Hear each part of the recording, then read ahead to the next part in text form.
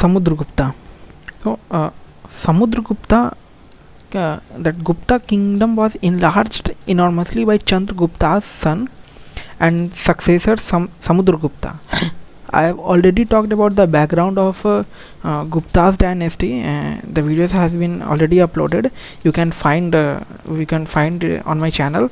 And similarly, in the same lecture, I have talked about the Chandragupta one who started that Gupta dynasty. So the Gupta kingdom was enlarged enormously by the Chandragupta's son and the successor Samudragupta. He was opposite of Ashoka.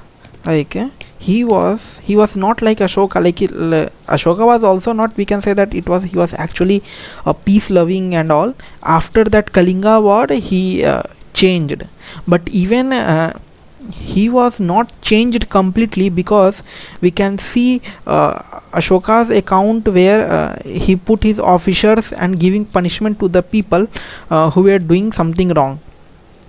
So we can't say that Ashoka was completely changed after Kalinga, but I have already talked and made the video on this also. You can go through it. So he was opposite of Ashoka,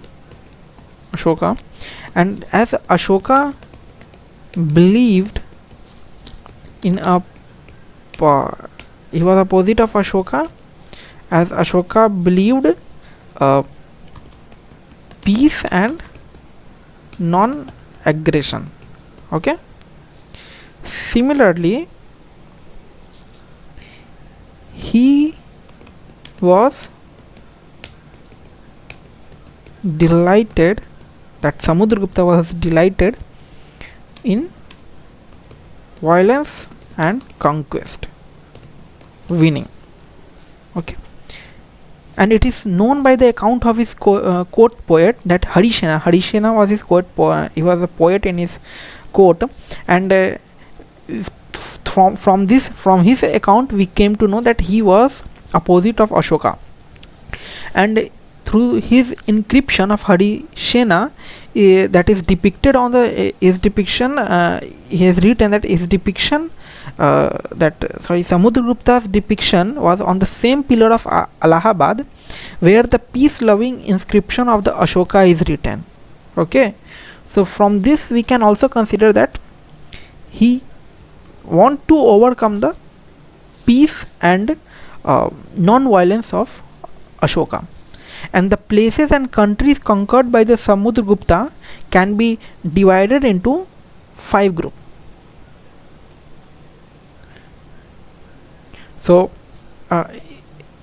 his peace and conquered is divided into 5 groups. That the princess of first was the princess of Ganga, princess of the Ganga Yamuna Dab were defeated, and whose kingdom were incorporated into the Gupta Empire. He took the princes of the who were the princes or empire, small empire was standing behind the standing around the Ganga and Yamuna Dab.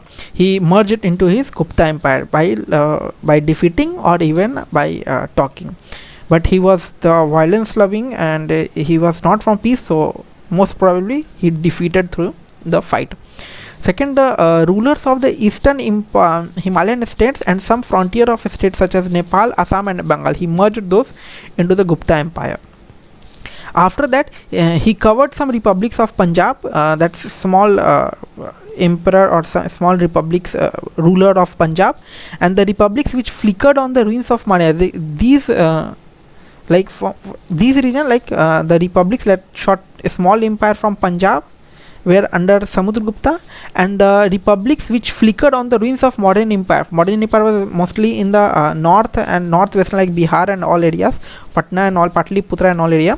So the small republicans emerged after the modern empire were also crushed and merged into the Gupta Empire by the Samudragupta.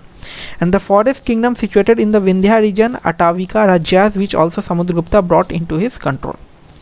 And the 12 rulers, these are the 5, like the fourth one is the 12 rulers of eastern Deccan and South India who were conquered and liberated. He also fought with those 12 rulers. There is called 12 rulers in the Deccan and South India. They were just famous and all, no need to know about who were those rulers.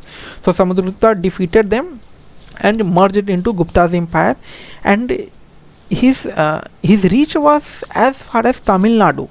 His reach was as far as Tamil Nadu area, where the Pallavas were also recognizing his power.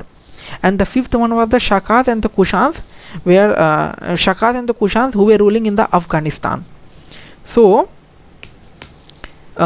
his power was not only known to within the India, also from the foreign countries also. His prestige and influence of Samudragupta was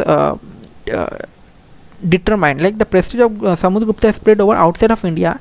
Like according to Chinese source, Megha Varman, the ruler of Sri Lanka, sent a missionary to Samudragupta for the permission to build a Buddhist temple at Gaya.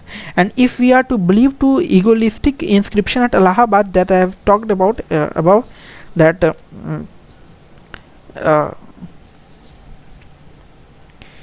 Harishena depiction of Allahabad, where the peace-loving inscription of the Ashoka was written over it, he wrote about the Samudragupta. So if we are to believe about the egoistic inscription at Allahabad, it would appear that Samudragupta never knew defeat, and because of his bravery and generalship, he is called as the Napoleon of India. And there is no doubt that Samudragupta forcibly unified the greater part of India under him, and his power was felt in a much larger area than that of his predecessors. Okay, so this was the part, like this was the just information about Samudragupta. This was the brief information about the Samudragupta. After that we will talk about the Chandragupta II. Okay, so I will upload the video lecture on my channel, so go for all other information. Okay, thank you.